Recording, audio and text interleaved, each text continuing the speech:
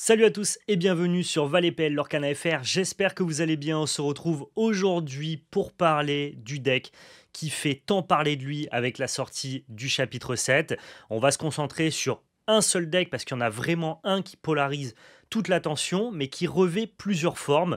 L'idée de cette vidéo, ça va être de vous présenter les différentes formes de ce deck-là, d'essayer de deviner quelle sera la meilleure à terme, quels sont les points forts et les points faibles de chaque forme. Pour tous ceux qui attendent du contenu qui présenterait tous les nouveaux decks du metagame, il faut savoir qu'actuellement le jeu est sorti dans les boutiques, mais toutes les commandes effectuées sur internet n'ont pas encore été envoyées. Le jeu sort officiellement le 21 mars, ce qui fait que pour l'instant, finalement, la data, les retours de tournois, la consommation des gens fait qu'il n'y a pas encore assez vraiment de retours pour pouvoir estimer à quoi va ressembler le metagame. Quand on en saura plus, quand il y aura plus de tournois, quand les gens auront tous reçu leurs cartes, on pourra faire une vidéo où on présente toutes les nouveautés. Cette vidéo elle est sponsorisée par La Belle Carte, c'est notre site de vente de TCG en ligne sur lequel d'ailleurs vous pouvez acheter du Lorcana. Le lien est en description, labellecarte.fr. Vous pouvez tenter de remporter un bon d'achat de 80 € à faire valoir sur ce site.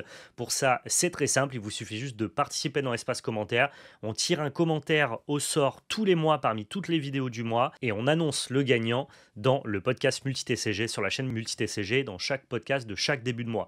Donc voilà, globalement, pouce bleu, abonnement, commentaire dans chacune des vidéos et vous pouvez peut-être tenter de remporter ce bon d'achat. Rassurez-vous également pour tous ceux qui veulent voir du gameplay, je vais vous proposer du gameplay très prochainement dans les vidéos qui vont sortir. J'attends moi aussi de recevoir mes cartes pour pouvoir vous faire des affrontements sur Pixelborn que je commenterai pour vous partager justement les nouveaux decks. Donc ce deck bleu-gris, qui est globalement le deck qui polarise le plus l'attention, il a notamment émergé avec l'apparition des premiers spoilers. On a notamment Pixiu, Tamatoa et Belle, qui sont vraiment des cartes qui ont l'air de toutes synergiser les unes avec les autres et qui poussent énormément la stratégie bleue. Alors il y aura évidemment toujours des decks bleu-rouge qui vont pouvoir aussi peut-être en profiter, mais les joueurs ont vite compris que c'est plutôt les decks bleu-gris qui allaient le plus maximiser ces cartes. Il y a 3 decklists qui commencent à performer dans les premiers tournois, et je vais vous présenter du coup les 3, et on va s'intéresser à quelles sont les différences entre ces decks-là. La première version dont j'ai envie de vous parler, c'est la plus populaire, on va l'appeler la version objet, donc bleu-gris item comme il est nommé lors des différents tournois. Ici on a pris la liste de Jérémy Bertariorini.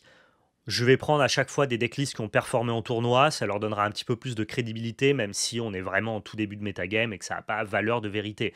Attention, hein, ici, on ne fait que décrypter le tout début du format. Le format ressemblera forcément à autre chose dans quelques semaines. Là, on est sur les débuts. Donc cette version item, le principe, c'est d'avoir le plus d'objets possible pour valoriser au maximum la Belle, le Scrooge McDuck et les différents Tamatoa. Donc on est sur une version qui va quasiment monter jusqu'à 20 objets. De toute façon, si vous n'en avez pas plus de 15-16, vous ne pouvez pas jouer Pixiu parce que lui demande d'avoir 4 objets sur le board et surtout pour pouvoir déclencher son deuxième effet, c'est-à-dire avoir un hit sur le top 4 de notre deck, il faut quand même un pourcentage entre guillemets de hit suffisant et pour ça il faut un certain nombre d'objets. Donc là, on est sur la version qui maximise le plus les objets, avec notamment l'atelier de Maurice qui va nous permettre de piocher des cartes à chaque fois qu'on joue des objets. Du fait qu'on ait un pool d'objets monumental, forcément, on va pouvoir intégrer Oswald, qui est une carte qui, quand elle est sortie, n'avait pas assez d'objets. En tout cas, il n'y avait pas de deck avec assez d'objets pour rendre la carte fonctionnelle. Dans cette version full item, eh bien forcément, Oswald a au moins le mérite d'être testé. Là, on regarde que le top 2 du dessus de notre deck. Donc c'est pas forcément hyper concluant. En tout cas, c'est sûr qu'on va pas pouvoir jouer un objet gratuitement tous les tours. Mais la carte est assez peu chère, assez peu coûteuse et en plus génératrice de l'or pour avoir le droit de s'offrir le droit, entre guillemets, de pouvoir hit un objet. On va pouvoir faire des choses débiles avec notamment la possibilité de trouver un Lucky Dime. Donc voilà, on a vraiment un deck qui est full optimisé pour jouer les objets. On conserve quand même des petits typos pour pouvoir s'accélérer, mais c'est pas le plan de jeu principal. Le plan de jeu principal, c'est de flood le board avec des objets et trouver notamment nos Tamatoa pour clore la game, ainsi que les Lucky Dime. Le deck va se mettre en place assez facilement avec Maurice Workshop qui va nous permettre de piocher plein de cartes. Et on a notre ami Belle qui va hyper facilement s'invoquer et comme c'est un drop 3, on va pouvoir chanter nos cartes chansons. C'est hyper malin d'avoir joué toutes les chansons à 3 et à 4 parce qu'on a un peu des chanteurs gratuits à 3 et à 4, hein, les Belles et les Scrooge McDuck. Vous l'avez compris, ce deck-là, si vous arrivez à ou le prendre de vitesse parce qu'il n'aura pas tout le temps de développer sa stratégie défensive. C'est quand même un deck qui veut se mettre en place, jouer plein d'objets, même si ça peut aller très très vite et que le late game a l'air d'être hyper favorable pour lui. Ça peut être compliqué de tempérer les ardeurs des decks très agressifs, pardon. Ou alors, eh bien dans ce cas-là, vous pouvez aussi attaquer directement le plan objet, que ce soit avec de la destruction d'objets ciblés ou de la destruction d'objets de masse, ce qui du coup devrait aussi pas mal l'impacter. La deuxième liste bleu-gris dont j'avais envie de vous parler, cette fois-ci c'est une liste agressive, donc elle s'appelle bleu-gris aggro. L'idée c'est qu'on va mettre de côté tout le plan objet, donc on va forcément retirer les Pixiu, voire les Tamatoa. La liste que j'ai trouvée ici de Jack J-Pop Freeze de son pseudo ne joue même pas les Tamatoa. Il y a certaines versions quand même de bleu-gris aggro qui jouent quand même des Tamatoa parce qu'on dispose de 8 objets, les 4 Pop Cycle et les 4 Fortisphères. Ça synergise très très bien avec Belle. On continue à jouer Belle non pas pour la synergie objet mais juste vraiment pour avoir un body en early game capable de chanter les différentes chansons. Et on a troqué donc tout cet aspect combo avec les Oswald, les Lucky Dime, les ateliers de Maurice et le nombre d'items sur le board contre un petit peu plus d'agression. Et donc ça passera notamment par des Kaloun, par des Monsieur Smee, par de la potentialité de piocher des cartes avec le doc, par des Alice aussi, qui sont des très très bonnes cartes dès lors qu'on a une stratégie un petit peu agressive. Et comme on joue plein de personnages, vachement plus que dans la première liste, eh bien on profite de la meilleure carte des decks bleu-gris historiquement, c'est-à-dire l'ami Cogsworth. Moi, dans mon style de jeu, dans ce que j'aime dans l'Orcana, cette liste-là me plaît beaucoup.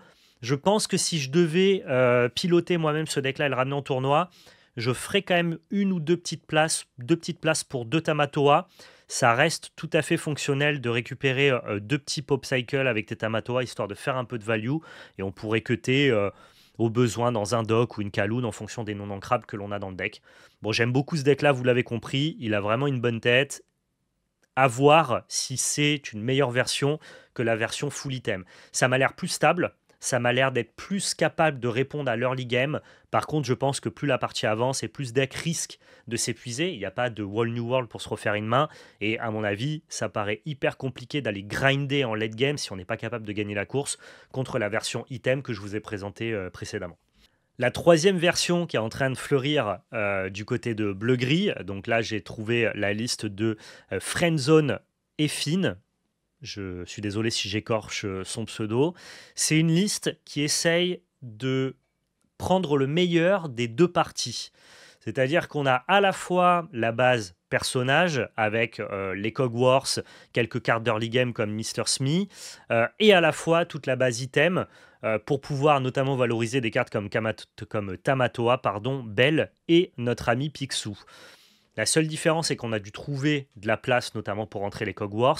Ça s'est fait au détriment des cartes comme Atelier de Maurice, qui donnait un aspect beaucoup plus combo, mais beaucoup plus faible face à l'early game. Là, on essaye d'avoir l'entre-deux, c'est-à-dire la base objet qui va être capable de grinder, de générer beaucoup de value, plus la partie va avancer.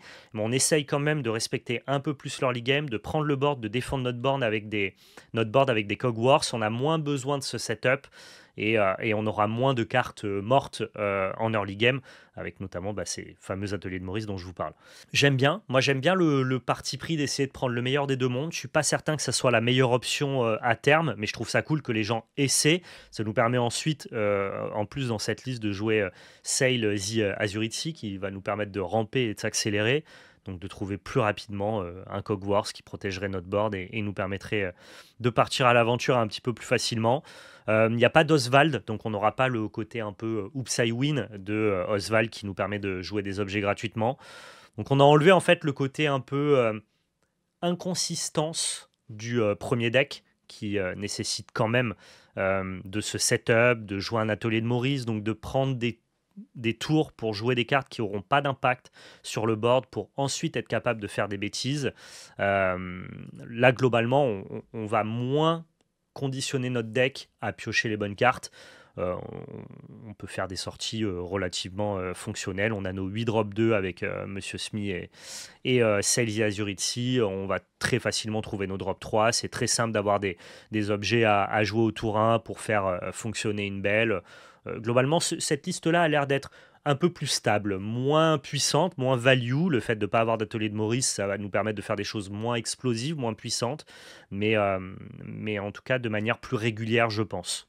Donc c'est 3 types de listes que vous allez pouvoir rencontrer là dans les premiers tournois de l'Orcana. On attend d'avoir d'énormes événements pour pouvoir avoir un regard un petit peu plus euh, statistique sur le metagame et savoir quels sont les decklists qui vont performer. Peut-être que le metagame va pouvoir accueillir plusieurs versions de deck bleu-gris, un petit peu à l'instar du metagame du chapitre 6 qui voyait en son sein exister 2 types de deck Amber Steel, les versions mine qui étaient à vocation plus agressive et les versions chanson qui continuaient à avoir le plan de jeu qu'on lui connaît depuis le set numéro 1. Peut-être que là, on va vraiment avoir ces deux oppositions de style dans la même bicolorité et que finalement, le côté cul entre deux chaises ne suffira pas à performer. En attendant, on reste connecté, on reste curieux. Je regarde tous les tops de tournois.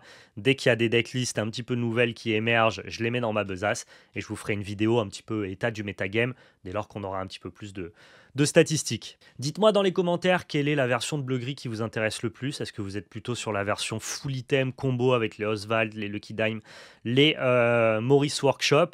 Est-ce que vous êtes plutôt sur la version plus agressive qui va plus passer par le board, par des personnages, le fait d'être capable de lorer et qui profite notamment des items surtout pour Belle et avoir un chanteur gratuit?